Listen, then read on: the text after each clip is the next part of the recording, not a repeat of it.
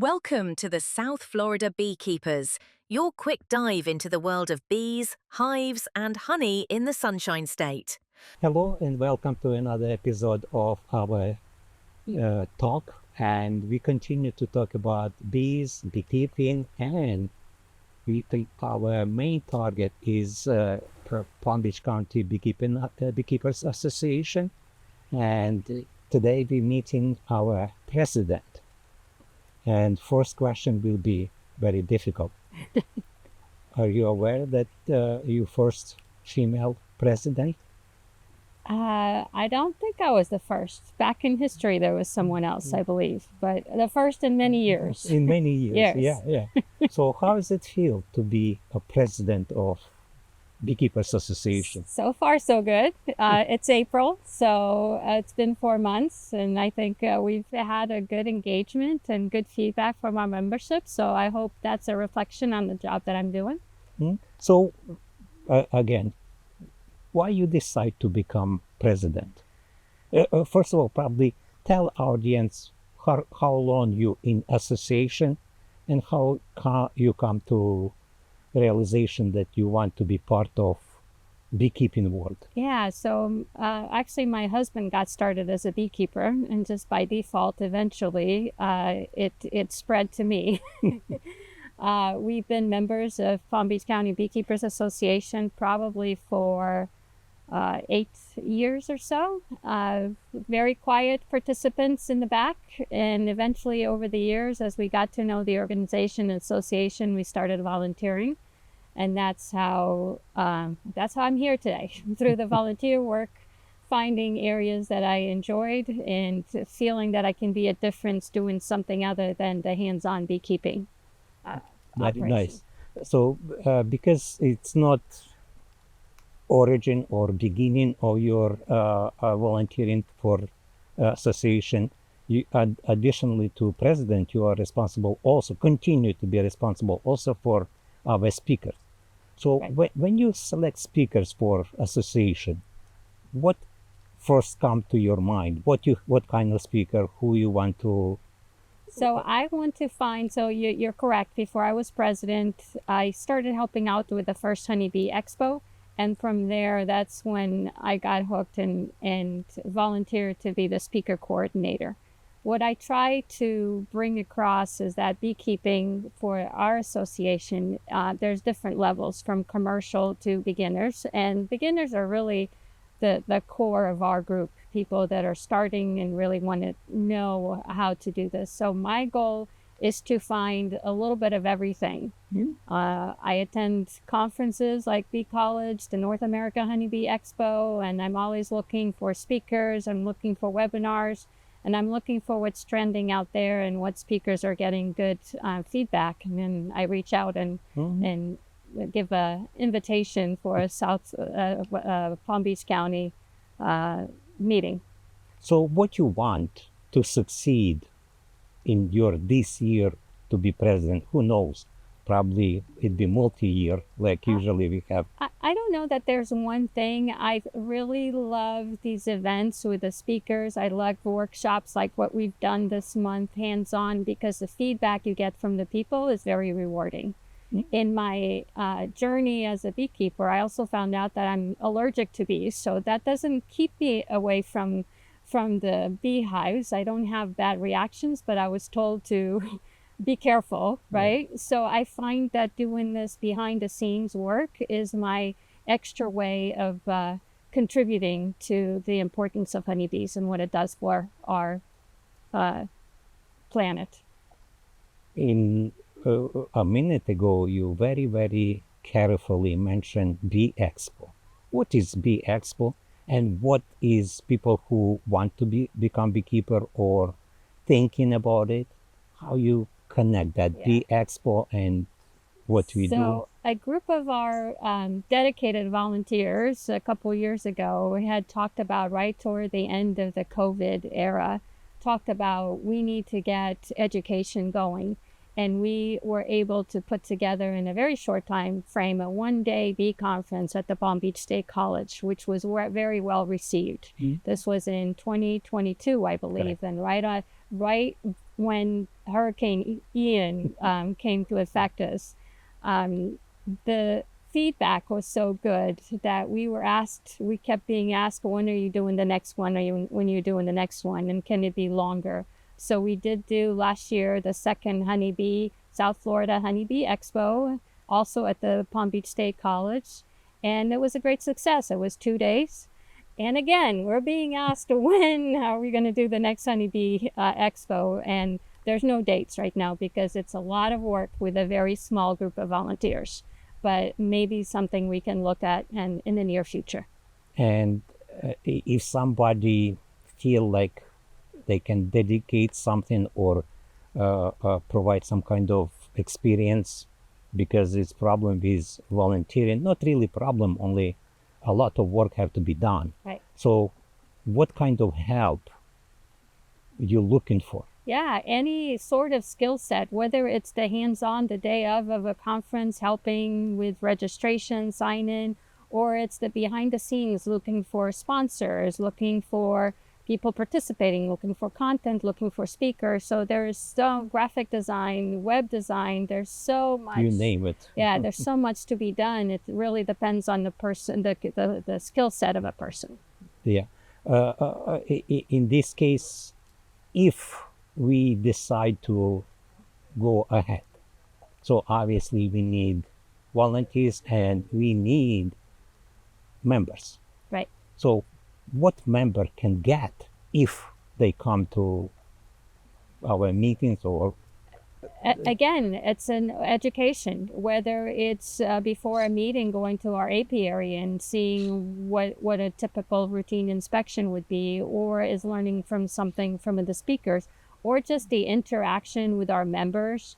The raffle prizes we have are pretty phenomenal each month. And it's regular. Yeah, regular, and everyone can walk away with basic beekeeping equipment for a portion of the price. Small portion. Yeah. So, and snacks too. The snacks, I think, I'm very popular over the last year. It's not really popular. It's phenomenal snacks what we have.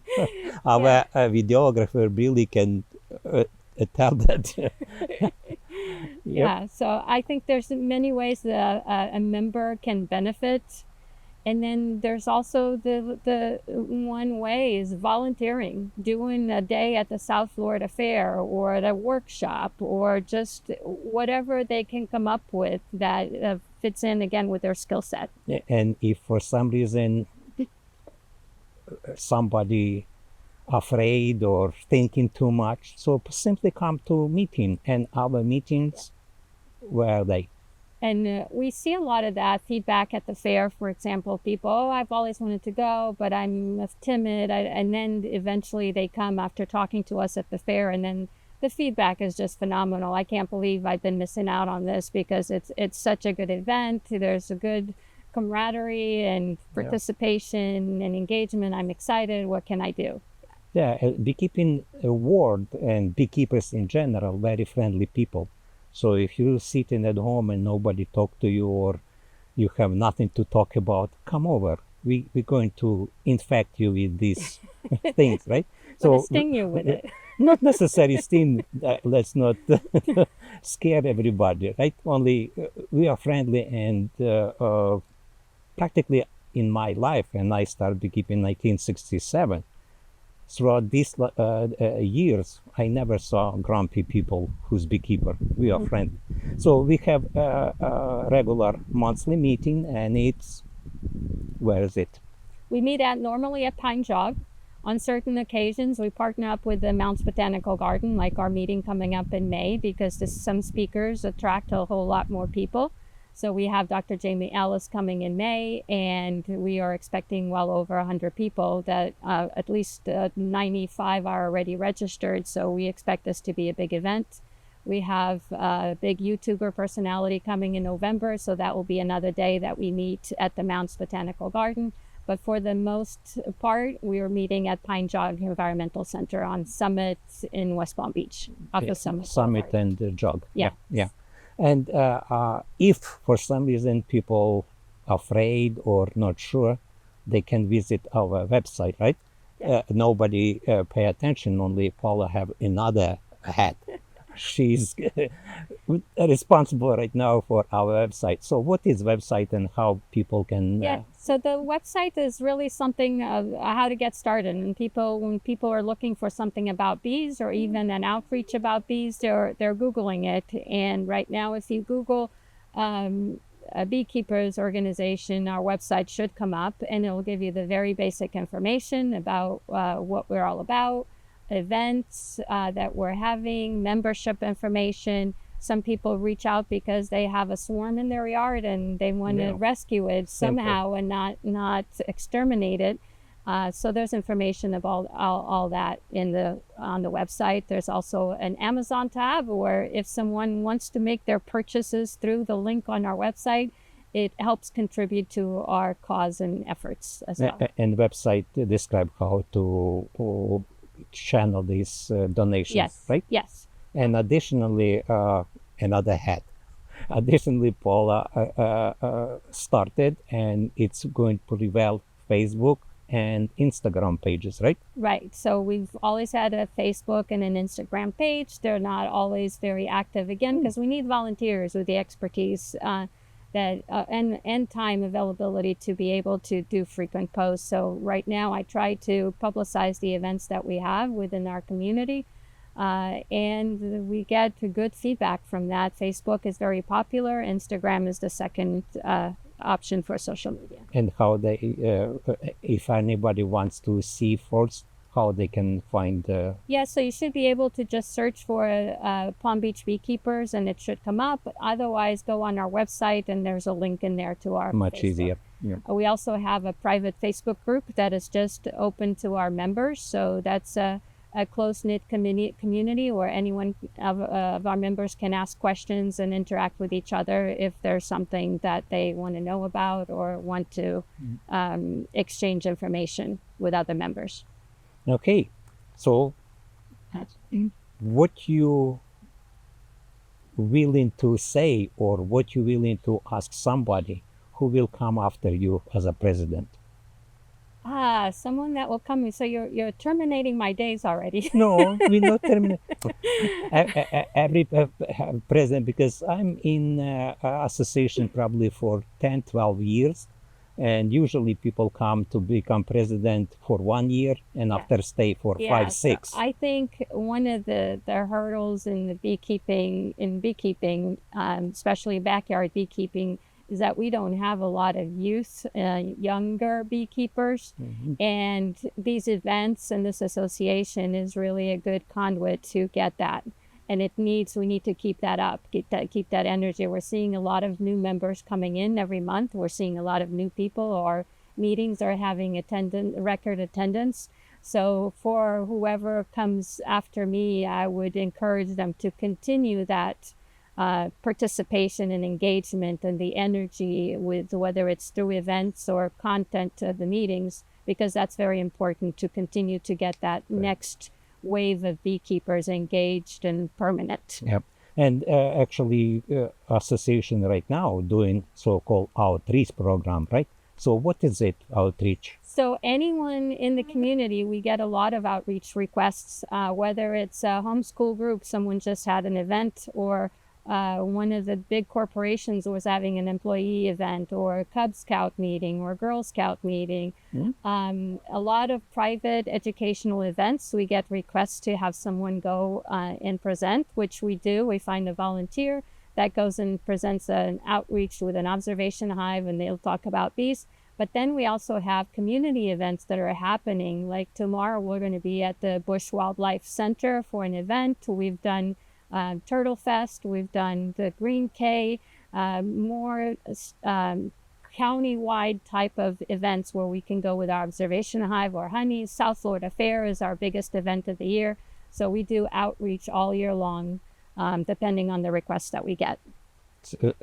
Our association, probably active association and visible in communities. Yes. So if someone wants or have some kind of idea, we'll welcome to work.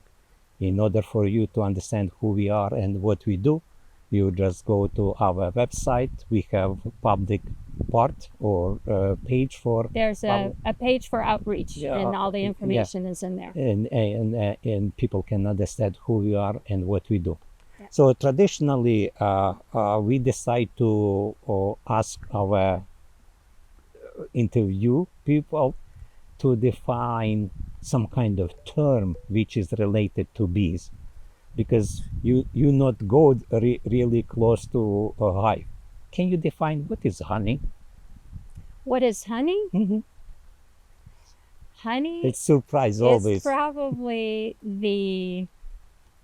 the pot of gold at the end of the rainbow that everyone talks about, right? And whenever people talk about beekeeping, the next question is, do you get honey? Where's the honey? If you do a bee rescue and they see comb, can I get the honey? Well, Can I try? that Yep. doesn't necessarily mean there's honey if you see comb, right? Yeah. But I think honey is the biggest reward, that physical reward that people see from beekeeping.